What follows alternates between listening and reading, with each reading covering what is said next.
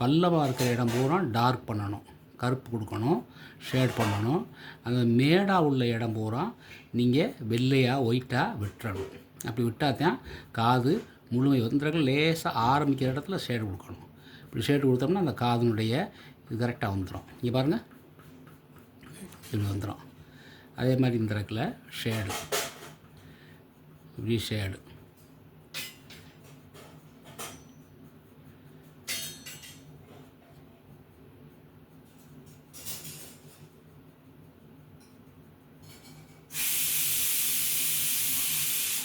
Shade கொடுக்கணும்.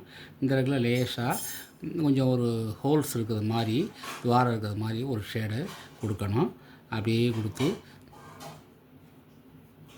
இந்த காதை முழுமை பெற வைக்கணும். இங்கே பாருங்கள், ஷேட்லேயே தான் காதை கொண்டு வரணும். கோட் ஓவியம்ன்றது தனியாக நம்ம கோட்டில் காமிக்கலாம். இருந்தாலும் இந்த மாதிரி ஷேடில் கொடுக்கும்போது தான் காது வந்து முழுமை பெறும். மூக்கும் அது மாதிரி தான், காதும் அது மாதிரி தான், ஷேடில் தான் நம்ம காமிக்கணும். முழுமையாக வரைஞ்சி பழகிக்கலாம். வரைஞ்சி பழகிட்டோம்னா நம்ம வந்து ஒரு கோட்டில் கூட லைட்டாக காமிச்சிக்கலாம். மனிதன் நேர முகம் இருக்கும்போது அது இந்த காது முழுமையாக தெரியாது. ஒன் சைடில் தான் இது வந்து முழுமையாக தெரியும். இது சைடில் தான் போடுறேன் நான். ஒன் சைடில் தான் இந்த முழுமையாக தெரியும். இப்போ பாருங்கள், இந்த காது வந்து அப்படி முழுமையாக அது வடிவம் பெறும்.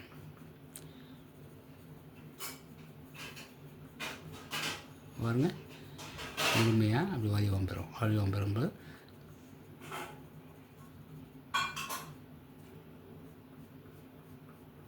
இதெல்லாம் காது வந்து கொஞ்சம் வரைய முடியாமல் சிரமப்படுவீங்க. இந்த மாதிரி நீங்கள் போட்டு ஷேட் கொடுத்து இதை பார்த்துக்கிட்டே நீங்கள் என்ன செய்யலாம், ஒரு பென்சிலில் ட்ரா பண்ணலாம். பென்சிலில் தான் முதல்ல ட்ரா பண்ணணும். அப்புறம் தான் அடுத்தவொன்னே நீங்கள் என்ன செய்யலாம், நீங்கள் கலரிங் போகலாம். பென்சிலில் ட்ரா பண்ணி நல்லா ஒரு ஃபிகரை வந்து பென்சில்லே ஷேட் பண்ணி கரெக்டாக கொண்டு வந்த பிறகு தான் நீங்கள் கலரிங்க்கு என்ன செய்ய முடியும், போக முடியும். அப்படி போனால் தான் அது முழுமையான ஓவியம்னு சொல்லலாம். இல்லைன்னா சில அதே காது வந்து சுற்றிங்களா, இது லேசாக அப்படியே லைட்டாக அப்படி ஆற்றி விட்டுடலாம். அப்படி ஆற்றி விட்டுட்டோம்னா நம்ம லேசாக அப்படியே விரல்கிட்ட கூட இப்படி தேய்ச்சி விடலாம். ஷேடை இப்படி விரல்கிட்ட கூட இப்படி தேய்ச்சி விடலாம். இப்படி தேய்ச்சி விட்டோம்னா அப்படியே கரெக்டாக அந்த அப்படியே நிறைய வந்து மெத்தட் இருக்குது. பாருங்கள், இப்போ பாருங்கள் அப்படியே நடுவில் அப்படி லைட்டாக ரப்பரை வச்சு எரேஸ் பண்ணிங்கன்னா அப்படியே பார்த்தீங்களா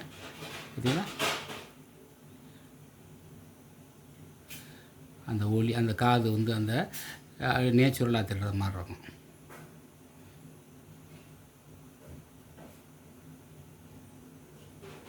சரிங்களா?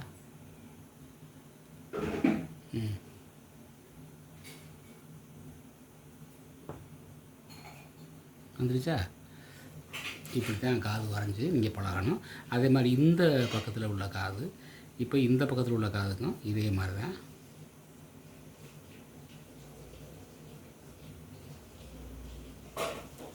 ஒரு கோட் ஓவியம் தான் முதல்ல நீங்கள் வரைஞ்சி பழக்கணும். அதுக்கடுத்து ஷேடு.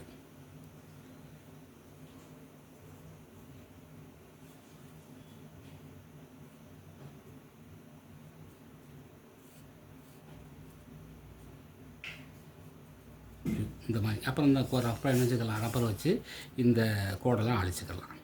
அழிச்சிட்டோம்னா இந்த காது முழுமையான ஒரு உருவம் கிடச்சிடும்.